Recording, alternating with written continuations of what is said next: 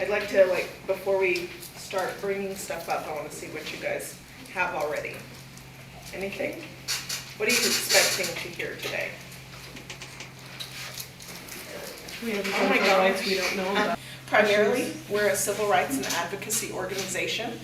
So we take cases. People will call our office. In fact, when I was driving here from Fort Worth, I got a phone call from the Apple store in one of the malls here in the area. And there was a gentleman who, submit a report to us that he felt he was discriminated against in a certain scenario. So we're working to try and find out information about what happened to him, for example, and try to work with Apple and see how we can resolve it and see what, were the actual details. We get a lot of issues of employment discrimination, engagement with law enforcement, travel issues, school bullying. So there's a number of things that can come up, and our organization helps deal with that. We do a lot of grassroots. We do a lot of education. We do a lot of voter information. We do a lot of interfaith work, relationship building, and we also do government relations and engagement. Media relations, so we engage a lot with the media. We do a lot with either writing op-eds. We do a lot with engaging with our local different news outlets, whether it's television, whether it's print, advertising, what you name it. We talk to the different elements and try to clarify misconceptions. If there was a report that came out that was inaccurate, we'll try to address it. But we also give a lot of commentary on social issues that pertain to Islam and Muslims that have to do with what's going on, what you see in the news, things like that. People want to hear from the Muslim community, so the media will actually reach out to us. But our primary goal and responsibility is to defend the rights of all Americans, but especially the Muslim community in any given scenario. So what is the First Amendment? Does anybody know? Freedom of speech, freedom of religion, freedom of press, freedom of assembly. Woo! Congress shall make no law to the establishment of religion or the free exercise thereof. That's a very important, and for Muslim Americans, very important amendment, because it deals with a lot of our daily life. It deals with in our schools, in our jobs, and in different interactions with businesses, you name it. We have to often bring up the First Amendment. Okay, what was the importance of the Civil Rights Act of 1964? I know you guys didn't come for a history lesson, but it will help us to understand what's going on. Gave colored people the right to vote? Yes, that's partially true. It prohibits Colored people. I'm giving you a hard time. coming from a brown guy. That's good though. That's good. That's a good thing. So. I'm sorry, it just took me back a minute.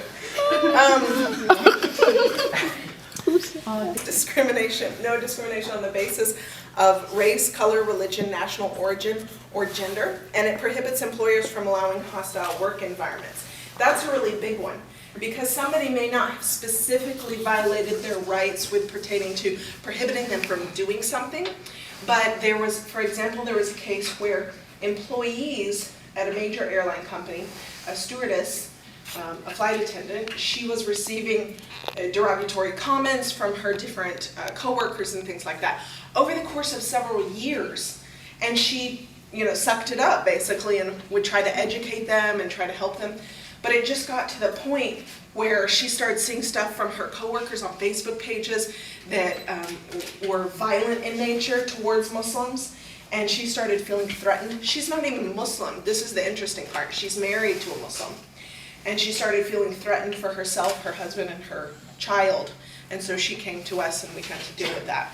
So, working through situations where it's not necessarily just a specific right that's been violated, but maybe a hostile work environment, and the employers have to address it.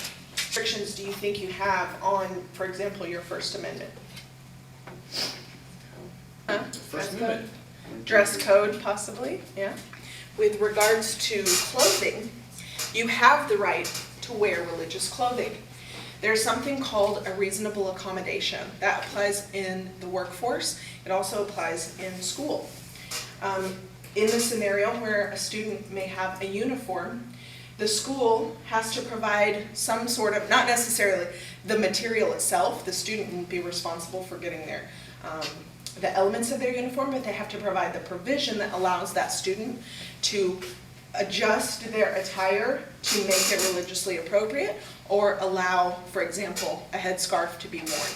So some of it may be modesty issue, like with regards to long sleeves or pants or something of that nature. For gentlemen, it might be, some believe that you should wear a kufi at all times, or maybe wear a religious dress if they believe very strictly in following certain elements of the prophet's behavior, peace be upon him. So different things. It falls back on somebody's sincerely held religious beliefs. Why is that important for you to specify? So you have this freedom of religion, right? But we have sisters here who don't wear hijab and sisters who do, right? We have brothers who have beards and brothers who don't, right? We have differences within our community. We're not monolithic. We're all Muslim, but we all practice a little bit differently based on certain scenarios, circumstances, growing up, beliefs, what have you, right? So what has to fall back on is something called your sincerely held belief. If you sincerely believe that you are obligated according to your religious tradition to observe hijab, wear a beard, those types of things, then you can make a request for religious accommodation, whether you're in your school or your employment place and whatnot. You do have the right to wear religious clothing. You also have the right to defend that right. You have the right to fight back, and you have the right to do so without fear of retaliation. That's a situation where CAIR would come in, try to advocate on your behalf, and if they don't accommodate you, then some sort of legal action might be taken. Right to speak. So people think, oh, separation of church and state. When you're in school, you can never talk about your religion, right? Or when you're in school, you can never tell people about your faith or evangelize or whatnot. But you, in fact, can. The difference is for the people who are in a place of authority over you. So, for example, teachers and the like. And in college, of course, it's much more lax. Teachers have or professors have a lot more leeway as to what they can talk about and their views and their opinions, because it's a place to inculcate, diverse thought and opinion and have vibrant discussions. The key is that Muslims don't feel like they have the right to stand up for those rights. Sometimes they feel like, oh, I better not say, have you ever heard the joke, oh, don't say bomb in an airplane? Or don't say, oh, that was so awesome, it's so explosive. Don't say that on it. Those types of things, I'm just making a joke, but Hijack. yeah, whatever is the word. I'm using those as funny examples, but in all sincerity, there's a lot of things, a lot of discussion, and a lot of power in the Muslim voice that is held back because they want to, integrate within society. They want to keep their head down. They don't want to draw attention to themselves. And their free speech is inhibited. And they're not able to say what they want to say. And they're not able to attack politicians verbally. And they're not able to really, truly express themselves with the freedoms that this country has bestowed upon us. So that is very important for us to be strong, for us to be believing in ourselves, and for us to be proud in our faith and our rights that we have as Americans. Those are our rights, and even if somebody infringes upon them, we have a right to address that. You have the right to form extracurricular student groups, clearly. We have a flourishing MSA on this campus, but also in high schools, they have that opportunity to have extracurricular activities. Some people try to take away that right, saying, oh, you can't do that, there's separation of church and state, but students have the right to do it. Teachers do not. They may be able to have an advisor or somebody that oversees it, but they can't be part of the dissemination of information, if you will.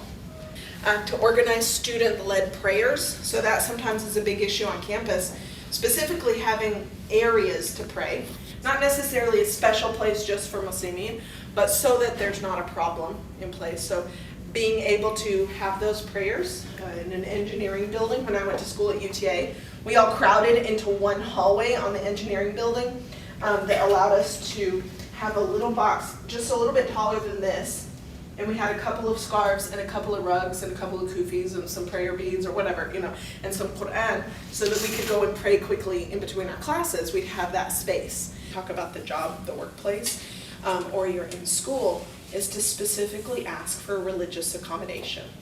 always remember to say that. Specifically ask for religious accommodation, and also to specify that these are your sincerely held beliefs. Those specific pieces of terminology help the courts to, the school to understand, and if you have to defend that right, you say, I asked for religious accommodation. Getting either maybe a religious advisor, a parent, and put on there that this is our religious holiday and blah, blah, blah, blah, blah. What you want to do is not go up to your workplace or your school or what have you and say, excuse me, I have a religious accommodation and you need to accommodate it, and I'm going to be off this day, so thanks. I've had people do that. I'm working with this one girl who wanted to wear hijab, and she went to her, in school, she's a convert to Islam, and she went right up to her administration and she said, oh, by the way, I'm going to wear hijab and you need to find me a place to pray 3 times a day, or whatever it was. And she demanded it, and when I talked to the teacher, I was like, I'm so sorry. I clarified some of the rules because she was bringing up all kinds of interesting rules that I had never heard of. She's trying, she's new, so we're an advocate for her, but we're also, an in-between for the school. So we need to also accommodate the school. So do it, be polite when you're making these requests. Somebody's coming to you and always talking to you about religion or trying to impose their beliefs on you or something, and you've asked them to stop. So there's one thing is free speech, but there's also your ability to not have to listen. So if you've asked, please don't, speak to me about it, and they keep harassing you, stuff like that, or they've said derogatory things or violent things towards you, you have the right to not experience that. You have the right to ask for assistance, to get it resolved, and to have a peaceful environment from which to learn or which to work in. I had a specific case that this guy came to me and he was praying, and there was a truck that came in, and they knew that he had prayer times and all of this. Well, he was praying and the truck came in, and they walked up to him while he was making salah, and they walked up to him and said, Joe, get up, the truck is here and you need to come help. So they don't understand what happens when Muslims are in salah, that we don't communicate, we don't talk, we're focused, blah, blah, blah, right? And they were sitting there telling him, get up, get up, get up. And he didn't. He prayed his salah. When he was finished, he said, you know what, you just need to go home. Then the next day, he called me. When I called and started talking to him, can I set up a meeting? This scenario happened, let's work it out. I'm not an attorney. Let's come to a discussion. We just need to balance it out here. That, right after I made that phone call, he got 3 write-ups. He had been there for 8 months and had done similar things that are against the rules, but nobody gets punished for those things. It's kind of like, just a norm. But he got written up 3 times right after that. So we had a case to establish retaliation. What to do if you're faced with discrimination? We'll kind of zoom through some of these. Remain calm and polite. It's not the time to sit there and wave your flag and, take a stand. This is not a battle. We need to just work and defend our rights in the best of ways that are professional and appropriate. Address it right when it happens. Why is that important? Events that happen. You start to forget details. If you didn't document it, that person might leave. They may quit, find another job, whatever the case may be. The professor might no longer be there. Whatever the case may be, you need to address it while it happens. Otherwise, if you don't, then what happens the next time? Then when you say, oh, well, this happened to me before, and then the people who you report it to say, well, why didn't you report it then? Then it reduces your credibility. So that's not a specific rule that you have to follow, but that is one of the reasons why it's good to report it, for forgetfulness, details, movement of life, and so on. Document, emails, anything that happened. As soon as something happens to you, I'm not saying being neurotic to the point of having a little note card, your discrimination notepad in your pocket, you'll know it's discriminating. So that you document it. I'm exaggerating. But have it written down as soon as possible so that you can have more information and leverage to go on. By the way, in Texas, so if you are part of the conversation, you have the right to record with your phone, for example, you have the right to record voice and like a meeting. So for example, if me and her were meeting and I wanted to record it and I'm like, my phone's blacked out, but I've got the voice memo thing going, I'm just, you do not have to disclose that. You don't have to tell them, and it's completely legal. That's in the state of Texas. But you have to be part of the conversation. Control, I'm just gonna kind of go down the list on these. Stay calm and in control of your words, body languages, and emotions. Do not get into an argument with a police officer. Point blank. Even if they are completely wrong, that is not the moment to assert your rights. You assert your rights when you have an attorney, when you are out of danger, if you have a hostile cop situation, you just do exactly what they say. I mean, beyond like some kind of awful, you know what I'm talking about. But you do exactly what he says, even if you didn't do anything. He says, put your hands on the car, put your hands on the car. I didn't do anything, I don't have anything, just do it. You maintain your composure and be polite. Never badmouth an officer, they can consider that resisting. Keep your hands where the police can see them. Don't run. Let me go back to the keep your hands where police can see them. Why is that important, not only for your safety, but also for the police officer? I don't want to paint police officers as all awful people, right? They have to stop people on a daily basis, and they never know who they're going to encounter. That person could be crazy, that person could have a gun, that person could be willing to die. You know, you don't know what type of situation.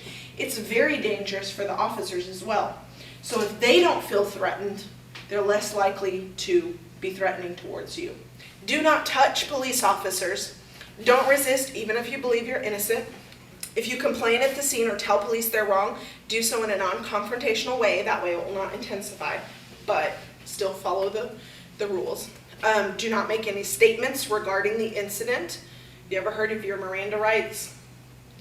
Okay. You have the right to remain silent. Anything you say can and will be used against you in the court of law. You have the right to an attorney and blah, blah, blah, right?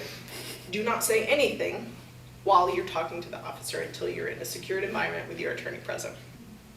This is something that plagues the Muslim community right now a lot, which is what do you think I'm going to talk about with regards to law enforcement and Muslims? I see it on some of y'all's faces.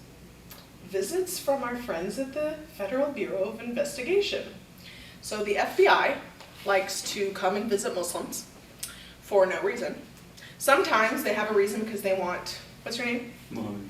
They want Muhammad to go and spy on his masjid. Legit. They want him to be an informant. He may be a citizen, he may not be a citizen, he may have a criminal background.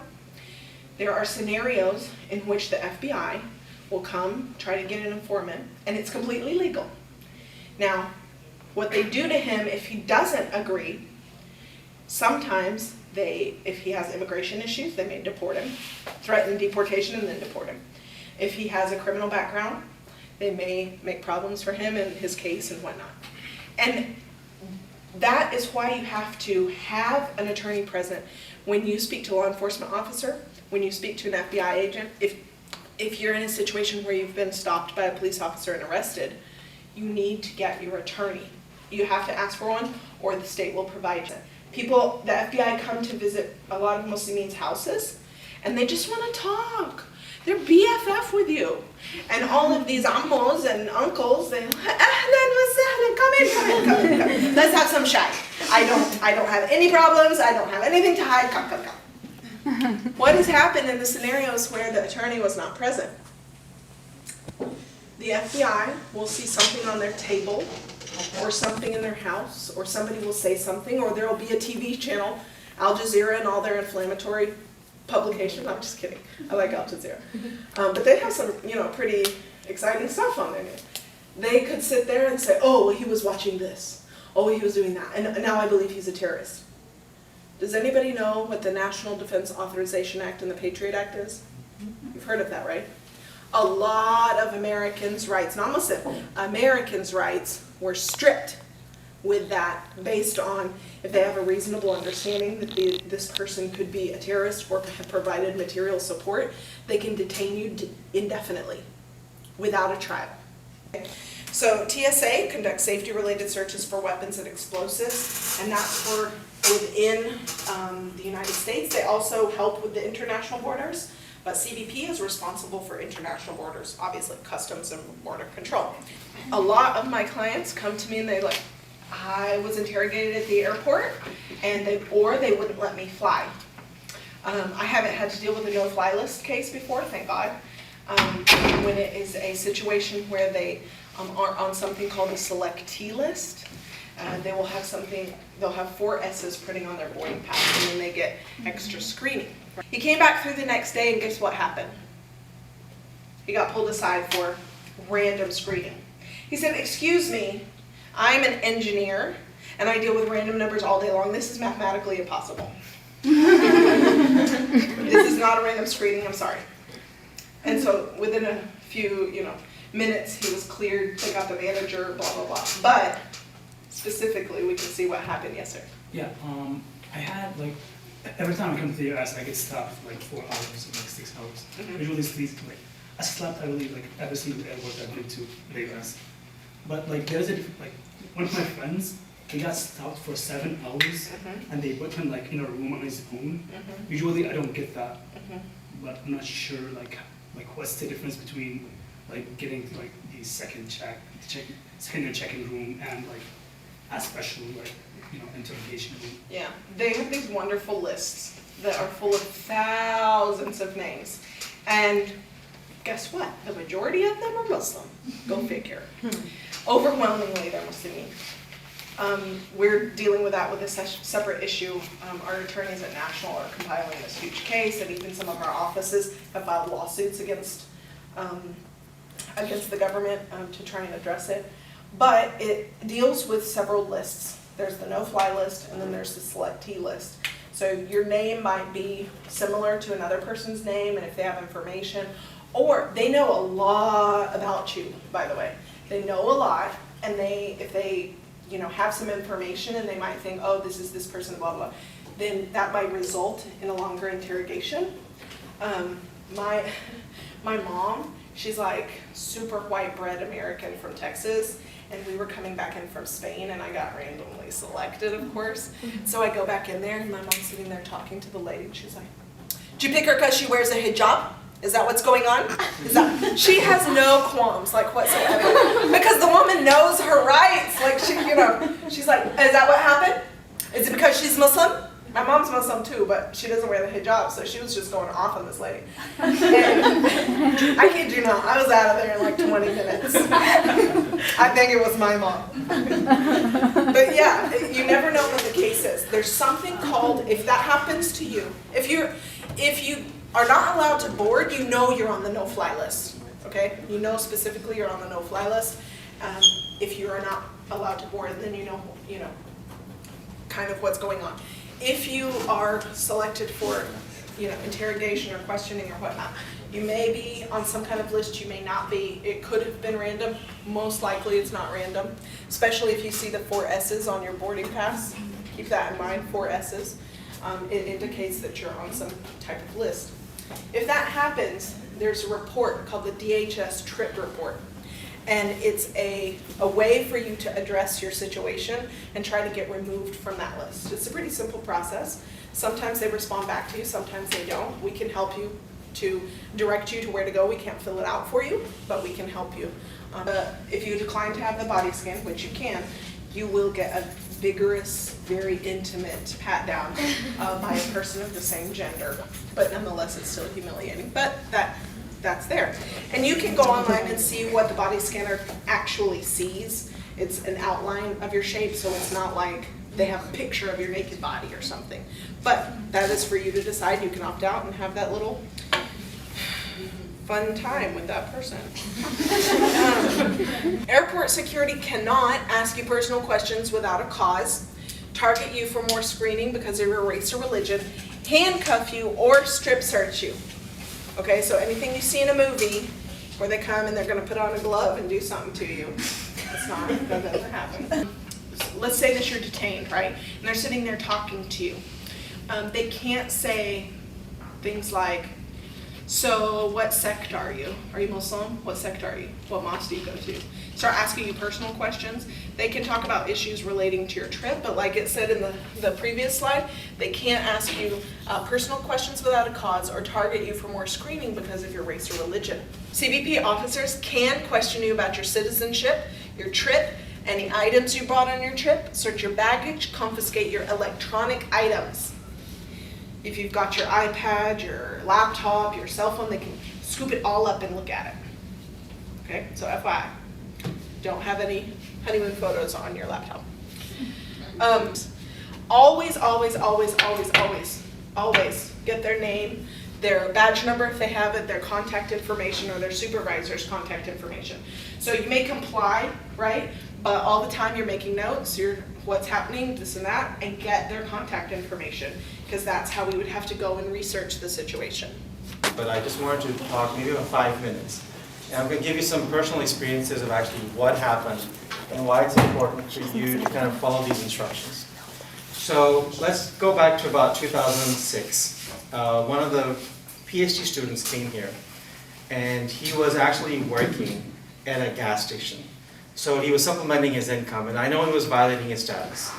And immigration knows all about that. You know, they're not going to come and disturb you and mess with you because you're working somewhere. But one of his good friends actually got arrested for drugs. And the FBI told him, okay, you got arrested for drugs. Why don't you tell us something about your friends and we'll make a deal with you. So his friend, because he was in trouble for drugs, became an informant.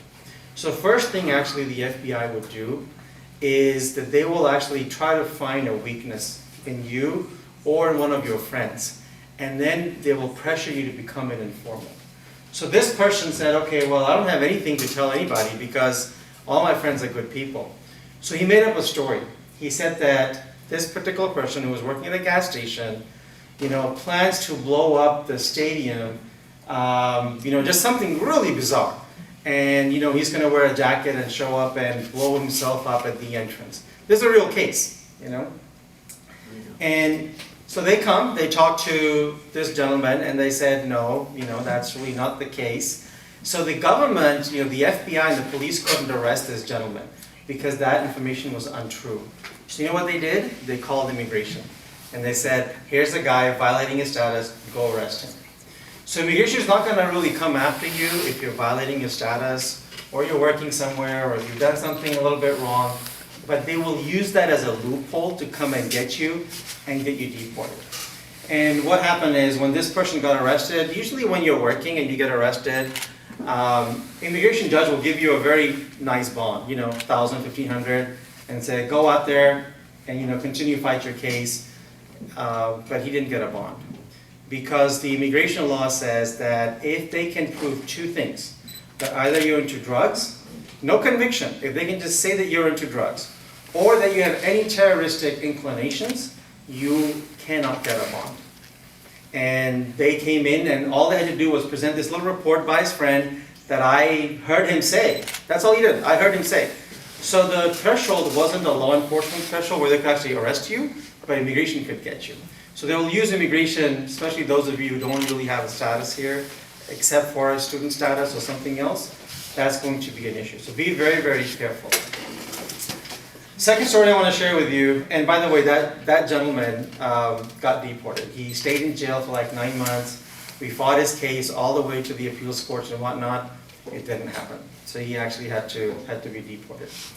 The second story I want to share with you again, and it's about keeping quiet. So a client of mine used to make fake IDs, and I know none of you do that. I none of you know anybody who makes fake IDs, but there's a big market out there. There's about 10, 11 million people that are undocumented. They need something to work with, and so they go out there and issue fake IDs. So the government did a sting operation, and they, you know, caught her selling an ID. Now, to sell one fake ID is a 3-month in jail, okay? And if it's your first offense, they'll even let you go. So they walk into the store and they say, you know, by the way, we did a sting operation, here's a video. You were selling this fake ID to this lady. Can we talk to you? And what should she have done? What do you think? Lawyer. Call her lawyer. call a lawyer, be quiet. But you know what they said? They said, look, if you call a lawyer, you know, it's gonna take your time, we're gonna have to go get an arrest warrant, we're gonna have to do a search of your home and search of your office. Why don't we just talk right now? You know, is that okay? So they stopped pressuring you. They said, look, now we're just gonna get some information, make sure that we have good documentation, and we'll leave you alone. First thing to remember is, police officers don't get promoted by being nice to you. They get promoted by getting people arrested and putting criminals behind bars, which is good, You know, we want that.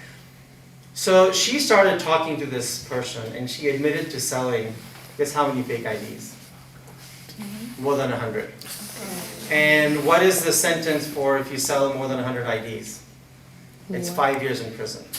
So we went and filed all these motions that she didn't have a lawyer, she should have been asked these questions, but because it was her own statement and she was told you have the right to remain silent and she still said it, she went ahead and had to go to jail, okay? So a couple of things I'd just like you to remember is, you know, what Sister Alia said is when somebody comes and approaches you, you're not to say anything.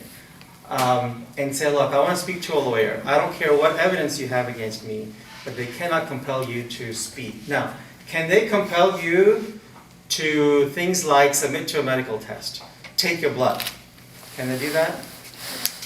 They can, okay? So people who are driving drunk and get arrested, they have the right to actually take you and take your blood samples and things like that. But they cannot force you to speak. Let me do a little quiz to see how many of you were victims. I know all of you were because I was sitting in the back. But let's say they stop you and you're speeding, okay? And then they say, would like to search your vehicles. What should you say? Do you have a probable cause? Right? Do you have a probable cause? A very good question. So you ask them, why do you want to search my vehicle? But what's a better answer is no.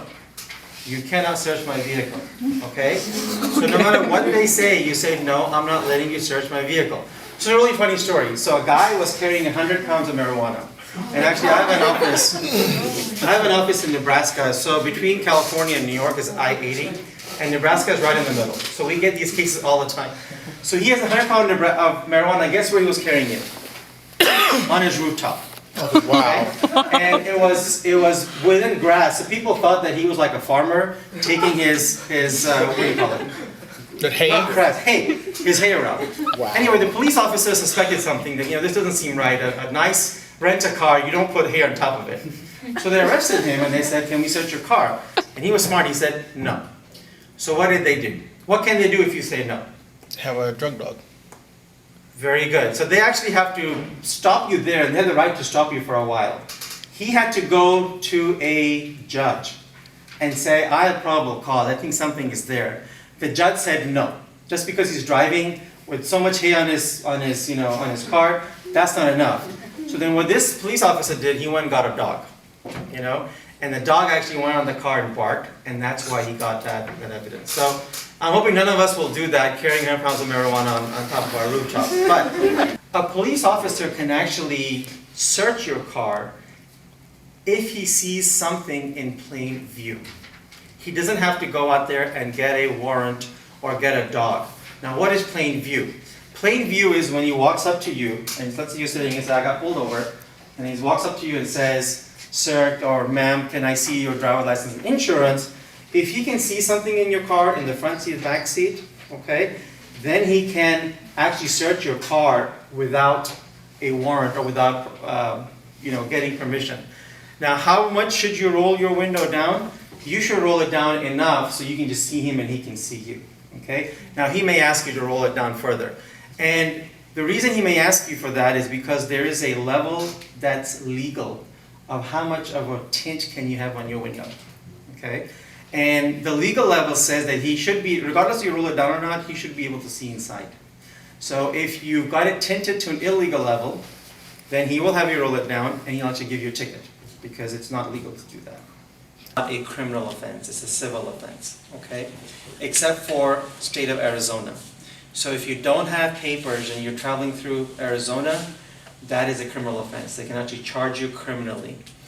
But even if it's a civil offense, they can come and arrest you because immigration actually has their own police and their own officers, okay? If that ever happens to you or any of your friends, I'm sure everybody here is either a citizen or permanent resident or, you know, is in good status. Again, the same rules apply. These are police officers, they just happen to work for the federal government.